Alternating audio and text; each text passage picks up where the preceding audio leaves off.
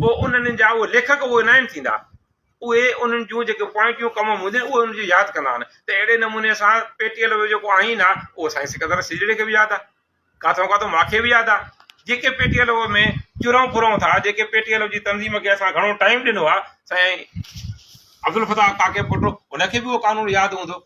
उहो पेटीएल जो आइन यादि हूंदो। आइन यादि करणु ॿी ॻाल्हि आहे, आइन जो ख़ालिक़ सॾाइणु ॿी ॻाल्हि आहे। जेके दोस्त असांजा आइन जी ॼाण रखनि था उनखे गोश गुज़ारिश थी कजे त जीअं तव्हांजो हाज़मो दुरुस्त आहे त ख़ुदा जे वास्ते पंहिंजे हाफ़िज़ खे बि कमज़ोर न कयो, हाफ़िज़ खे बि दुरुस्त कयो। जॾहिं इंडस्ट्रीज़ डिपार्टमेंट वेझो माज़ी आहे, 3 या 4 साल थींदा,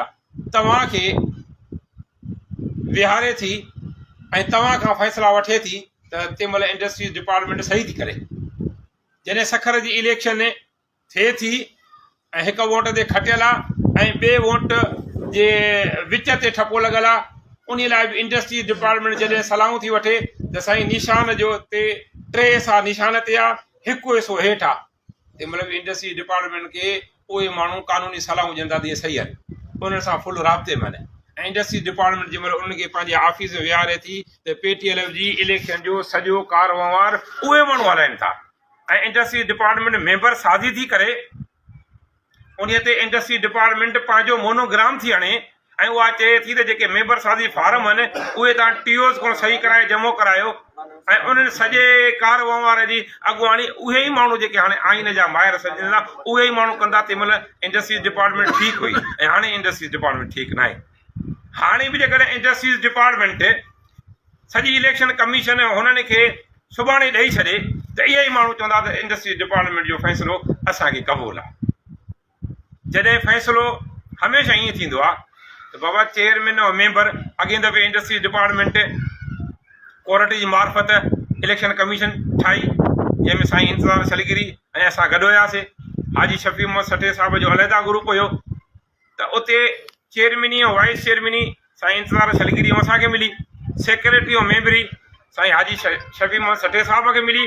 ऐं हिकु जेका मेंबरी हुई उहा पिटिशनर साईं अतीक रहमान सोलंकी साईं आरिसर साहिब खे मिली। हाणे बि त उन प्रैक्टिस ते अमल थियो आहे। चेयरमैनी ऐं मेंबरी हुन साईंनि खे मिली आहे, 2 उहिदा असांखे मिलिया आहिनि, हिकु पिटिशनर खे मिलियो आहे। जेकॾहिं अञा बि दोस्त चवनि था त होॾे 3 आहिनि असां 2 त मां हिन फोरम ते उन्हनि दोस्तनि खे अपील थो कयां त जेकॾहिं तव्हां हे असांजा मिलियल 3 उहिदा खणो था असांखे चेयरमैनी मेंबरी ॾियो था त असांखे ईअं बि क़बूलु हूंदो। पर जेको इंडस्ट्री डिपार्टमेंट लेटर कढियो आहे ख़ुदा जे वास्ते उन लेटर खे उन ते अमल करे पेटीएल जो जेको इलेक्शन जो जेको प्रोसेस आहे उनखे पाए तकमील ते पहुचायो। हे जेको 10 तारीख़ ते मॉनिटरिंग इलेक्शन कमीशन जो बि ओथ आहे ऐं सेंट्रल इलेक्शन कमीशन जो बि ओथ आहे। मां साईं गाज़ी खान जवालीअ खे ऐं पेटीएल जे साबिक़ मरकज़ी सदर साईं गुलाम रसूल महर साहिब खे ऐं उनजे दोस्तनि खे हिन फोरम तां अपील थो कयां त सभु अनाऊं ख़तमु करे 10 तारीख़ ते जेको असांजो हलफ़ थिए थो मॉनिटरिंग इलेक्शन कमीशन जो, सेंट्रल इलेक्शन कमीशन जो, अचो त सभु पाण में गॾिजी वेही करे उनखे हलफ़ खणायूं ऐं उन्हनि जे हलफ़ में शरीक थियूं ऐं उन्हनि खे चऊं त हाणे तव्हां आज़ादु नमूने सां इलेक्शन जो जेको प्रोसेस आहे उनखे तव्हां पाए तकमील ते पहुचायो। बाक़ी दोस्त चवनि था तहरीक, बाबा तहरीक त असांजी हले थी, असां तहरीक ख़तमु त कोन कई आहे, असांजी तहरीक हले थी, तहरीक ख़तमु कोन कई आहे। हाजी साहब मरण घड़ी ताईं बुख हड़ताल जो ऐलान कयो, मथां रमज़ान शरीफ़ अचे पियो, पर के ख़ैर ख़्वाह दोस्त हाजी साहब जे ॻोठ पहुता चवंदो बाबा तव्हां इहो बुख हड़ताल जेका मरण घड़ी ताईं आहे उहो ऐलान वापसि वठो। त हाजी साहब उहो ऐलान वापसि वरितो आहे ऐं जेका तहरीक आहे उहा मुख़्तसिर अरसे जे लाइ उनखे मोखर कयो आहे, माना जेको रमज़ान शरीफ़ हुयो उन जे लाइ उनखे मोखर कयो आहे। हाजी साहब हाणे जीअं वापसि ईंदो त असांजी जेका तहरीक जिथे ख़तमु थी आहे त असां तव्हां सभिनी दोस्तनि खे वरी तकलीफ़ ॾींदासीं। पोइ साईं अतीक वटि तकलीफ़ ॾिनीसीं, टंडे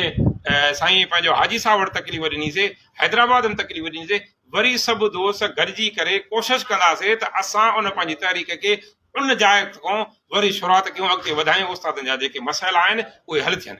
असांजो जेको मसइलो आहे हब ऐं कलस्टर वारो वॾो मसइलो आहे, हाणे इन ते असांखे एतमाद न वरितो वियो आहे। अॻ में असां सां इहा ॻाल्हि कई वई त हब ऐं कलस्टर जेके थींदा उहे यूसीएम में हिकिड़ो स्कूल थींदो या 2 स्कूल थींदा, पर उहे हेडमास्टर थींदो जेको प्राइमरीअ मां सर्व स्ट्रक्चर जी मार्फत 17 ग्रेड में ईंदो उन खे उते हेड मास्टर कयो वेंदो ऐं पसगिरदाई वारा जेके स्कूल आहिनि उन प्राइमरी जेको चीफ हेड मास्टर हूंदो उन जे जेको अंडर में हूंदा उनजी पघार बि उतां थींदी उनजी बदिली जा प्रोपोज़ल बि उतां ठहंदा उनजे जीपी फंड वग़ैरह जा बि हर शइ उतां थींदी उनजा सर्विस बुक बि सही उहो जेको आहे चीफ हेड मास्टर कंदो पर हाणे ॿुधण में थो अचे त असांजे मथां साॻा ई जेके असांजा सेकेंडरी जा ॿाहिरि आहिनि उहे मुक़ररु कया था वञनि ऐं असांजे प्राइमरीअ खे अञा ताईं उहो सर्विस स्ट्रिक्ट नथो ॾिनो वञे असां इहा सरकार खां घुर कई आहे कंदासीं बि त सिंध जे प्राइमरी उस्तादनि खे सर्विस स्ट्रिक्ट ॾेई जेका हब ऐं क्लस्टर वारा स्कूल आहिनि उते जेको असांजो चीफ हेड मास्टर जी जेका पोस्ट आहे जेका प्राइमरी में थियणी आहे निज उन्हनि खे उते उहो जेको आहे सो मुक़ररु कयो वञे असांजूं ॿियो जेके पंहिंजो सर्विस स्ट्रिक्ट वारो जेका समरी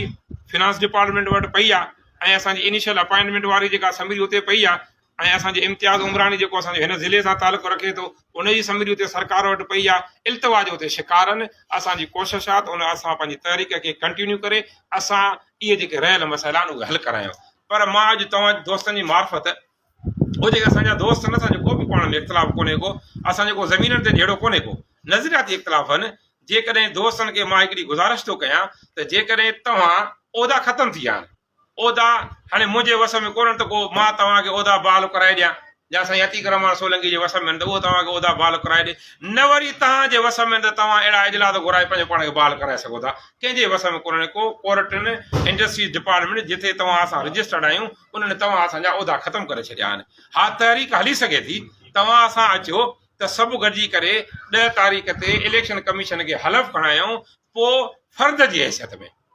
PTL जे साबिक़ उहिदेदार जी हैसियत में जंहिंमें हाजी शफ़ी मोहम्मद सटियो बि हूंदो सिकंदर जतोई बि हूंदो साईं गुल मोहम्मद बि हूंदो साईं बादल दल बि हूंदो साईं अतीक बि हूंदो होॾो मां हुनखे गुज़ारिश थो कयां त भले साईं गुलाम रसूल उमर बि हुजे पीर मुज़फ़र बि हुजे हुनजी जेका कैबिनेट साबिक़ कैबिनेट आहे उहा बि हुजे PTL जी ऑफिस में दोस्ताणे माहौल में वेही करे असां तहरीक जो ऐलान करे सघूं था गॾियल नमूने सां थिए माज़ीअ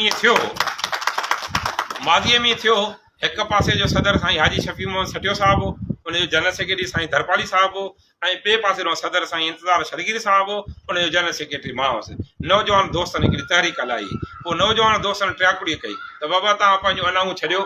को बि उहिदेदार न हुजे उहिदेदार को बि न हुजे जेके पाण मां आहियूं कुल फ़र्द हुजूं पाण तहरीक लाहियूं डिसंबर जो महीनो 1 महीने जे अंदरि 2 दफ़ा सिंध जे प्राइमरी उस्तादनि ते लाठी चार्ज थी टियों दफ़ो लाठी चार्ज थियणु वञे पई असां सभु अनाऊं सभु इख़्तिलाफ़ ख़तमु करे असां रोड ते हाजी शफ़ी मोहम्मद बि वेठो साईं गुलाम रसूल बि वेठो साईं इंतज़ार बि वेठो सिकंदर जतोई बि वेठो सभु दोस्त वेठासीं सरकार खे ख़बर पइजी वई त हे सभु हिक पेज ते आहिनि ऐं पोइ असांखे सरकार कंहिं नमूने सां घुरायो चीफ सेक्रेटरी सां मुंहिंजी मुलाक़ात थी चीफ सेक्रेटरी उन ॾींहुं ई असांजी मीटिंग तलब कई उस्तादनि जा जेके मसइला उहे मसइला हल थी विया जेकॾहिं असांजा दोस्त असांजा भाउर आहिनि असांजा साईं आहिनि असांजे अखियुनि जो नूर आहिनि असांजो हुन सां ॿियो को बि इख़्तिलाफ़ कोन्हे को सभु अनाऊं ख़तमु करे उन इलेक्शन कमीशन वारे हलफ़ वारे ॾींहुं PTL जी ऑफिस में अची पाण दोस्ताणे माहौल में वेही करे गॾिजाणी घुरायूं उन गॾिजाणी में उहो इलेक्शन प्रोसेस बि हले जेके उस्तादनि जा रहियल मसइला आहिनि उन्हनि मसइलनि ते जेकॾहिं का गॾियल तरीक़ा हलाइजे त जेके उस्तादनि जा रहियल मसइला तव्हां असां हल कराए ऐं जॾहिं इलेक्शन में वञूं त तव्हां असां उस्तादनि वटि सुरखुरो थी वञूं बाक़ी जेके असांजूं पंहिंजो वधीक जेके मसइला आहिनि जेके इलेक्शन जे बारे में आहिनि जेके ॿियूं शयूं आहिनि उहे इनशा ताला इलेक्शन कमीशन इंडस्ट्रीज़ डिपार्टमेंट हुनखे हलफ़ खणाईंदी उहे पंहिंजो कमुकार शुरू कंदा मथां कंहिंजे ज़हन में हुजे त इलेक्शन कान थींदी को इलेक्शन को भॼे को हीअं थिए बाबा इंडस्ट्रीज़ डिपार्टमेंट कंहिं बि सूरत में इलेक्शन कराईंदी ऐं असां बि हुनखे गुज़ारिश कंदासीं जेके दोस्त हिते वेठा आहियूं त उहा इलेक्शन लाज़मी थिए इलेक्शन खां कोई बि न भॼे हे 2025 असांजे मथां इल्ज़ाम आहे त सिकंदर जतोई वारा इलेक्शन खां भॼनि था हीअं था कनि हाणे बि मूं ते घणा फोर्स आया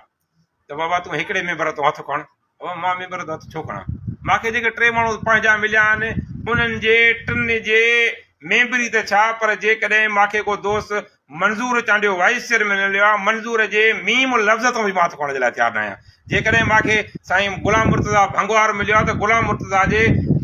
मीम लफ़्ज़ तो मां हथु खणण जे लाइ तयारु न आहियां ममताज़ शाह मिलियो आहे त ममताज़ शाह जे बि मीम लफ़्ज़ ते मां हथु खणण जे लाइ तयारु न आहियां मां कंहिं बि दोस्त सां ठगी न कंदुसि जेके 3 दोस्त मूंखे मिलिया आहिनि उहे आहिनि उहे बरक़रार रहंदा उन्हनि में का बि तब्दीली न ईंदी वरी असांखे चयो वियो त मॉनिटरिंग में तव्हां जेके दोस्त कया आहिनि उन तो हिकिड़े दोस्त तो हथु खणो तॾहिं बि मामला ठही सघनि था मां चयो इन लाइ जेकॾहिं तव्हां असां सां अॻु में ॻाल्हायो आहे त असां वटि दोस्त काफ़ी हुया त असां दोस्तनि मां ज़िले में रदो बदल करे सघूं पिया क्लियर थो चवनि था त हाणे परदीप मां हथु खणो बाबा परदीप जे पे लफ़्ज़ तो हथु खणंदासीं जेको फ़ैसिलो थी वियो आहे उहो ई फ़ैसिलो हूंदो का बि उन में लचक कान हूंदी तव्हांखे गुज़ारिश था कयूं जॾहिं तव्हां सिंध जा उहिदेदार रहिया आहियो सिंध जा सदर रहिया आहियो सिंध जो जेको बि आम उस्ताद उहो परदीप हुजे उहो मुजीब हुजे उहो अमाला लखीअ वारो हुजे उहे जेके तव्हांजा GM होत हुजे सभु तव्हां असां कुल पाण में भाइर आहियूं कुल पाण में हिक ॿिए जा दोस्त आहियूं PTL जी तंज़ीम जे हवाले सां कुल पाण हिकिड़े ईअं सम्झो त पीउ माउ जो औलाद आहियूं इहे छाजो फ़र्क़ु इहे छाजा जेको आहे सो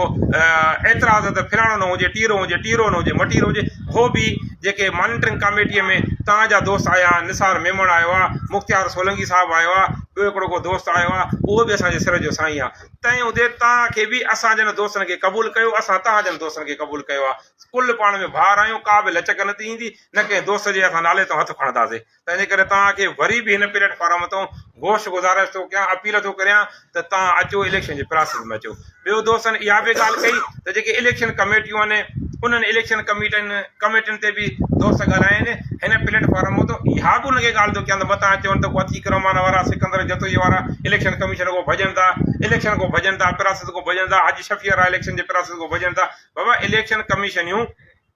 मुमताज़ शाह जी इलेक्शन कमीशन बि तालकनि ज़िलनि जूं इलेक्शन कमीशन जोड़ियूं हुयूं ऐं साईं हाजी अशरफ बिरोही जी इलेक्शन कमीशन बि तालकनि ऐं ज़िलनि जूं इलेक्शन कमीशन जोड़ियूं हुयूं हा पाण जेके स्टेक होल्डर आहियूं हाजी शफ़ी मोहम्मद सठियो आहे ऐं गुलाम रसूल महर आहे सिकंदर जतोई आहे तव्हांजो को ॿियो दोस्त आहे 5 दोस्त तव्हां विहारिजो 5 दोस्त असां विहारींदासीं सॼी सिंध तव्हां असांजे साम्हूं आहे न त वेंदासीं त बाबा इलेक्शन कमीशनियूं मुमताज़ शाह हेठि आहियूं हे दुरुस्त आहिनि वेंदासीं हाजी अशरफ हेठि आहियूं हे दुरुस्त आहिनि पोइ जेकॾहिं उन्हनि में किथे 20-19 थिए थो त तंज़ीम जे वसीतर मुफ़ाद जे लाइ असां उहा बि ज़हर जी गोरी खाईंदासीं त 20-19 ते बि असां दरगुज़र करण जे लाइ तयार आहियूं पर तव्हांखे गोश गुज़ारिश थी कजे त इलेक्शन को भॼो न इलेक्शन में चयो 2025 इलेक्शन जो जेको आहे साल आहे मथां कंहिंजे ज़हन में इहा ॻाल्हि हुजे त असां को साल मुदो वधाईंदासीं 2 साल मुदो वधाईंदासीं उहे पीरियड उहे ॻाल्हियूं वक़्तु गुज़री आहे जो दोस्त 2 साल वधाए वेंदा 3 साल बि ईअं वधाए वेंदा ऐं जेको आहे सो हाणे इहा शइ कान थींदी न को मुदो वधंदो न का ॿी का ॻाल्हि थींदी मुदो तॾहिं वधे हा जॾहिं तव्हां असां उहिदनि में बरक़रार हुजूं हा तव्हां पंहिंजो सेप्टेंबर 17 ते या 19 ते 2023 में